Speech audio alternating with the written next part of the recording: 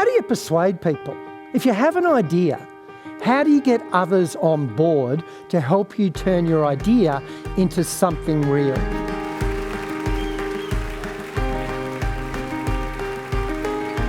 Having the ability to persuade people is an essential skill in business and in life. How can you convince decision makers to make the decision you want them to?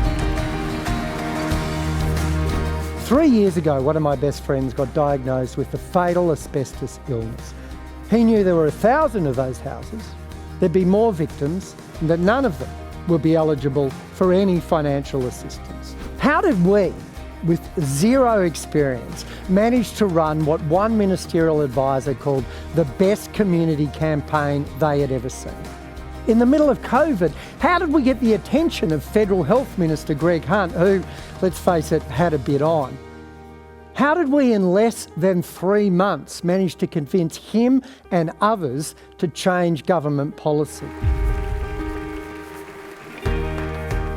You might have an idea at work, a proposal for your business, something you want to pitch in a meeting, something you want to excite customers and clients about.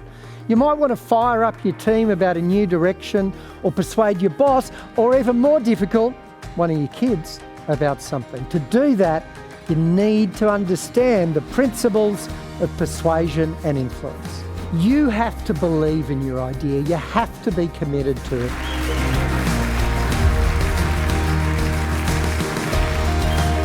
You have to get your argument as good as it can be before you try and persuade anyone. You have to set up the problem crisply and outline your solution clearly. Who's the decision maker? How do you get to them? Don't just identify a problem, offer a solution. You don't want to walk out of there leaving them thinking, great, I've got another problem. You want to walk out of there leaving them thinking, I had a problem, they've given me a solution.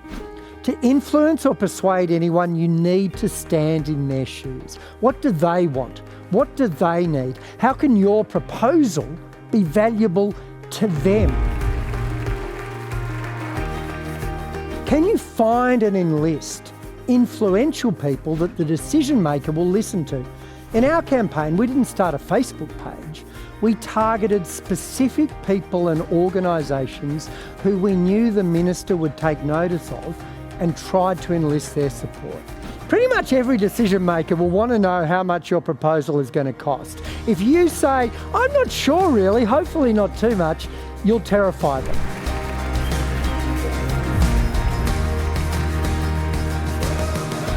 We succeeded, but not because our cause was more worthy than other causes. The Health Minister gets pitched worthy causes every single day. We succeeded because we worked out who the decision makers were. We worked out how we could get to them, and we put ourselves in their shoes and asked, what do they need in order to make the decision we want them to make?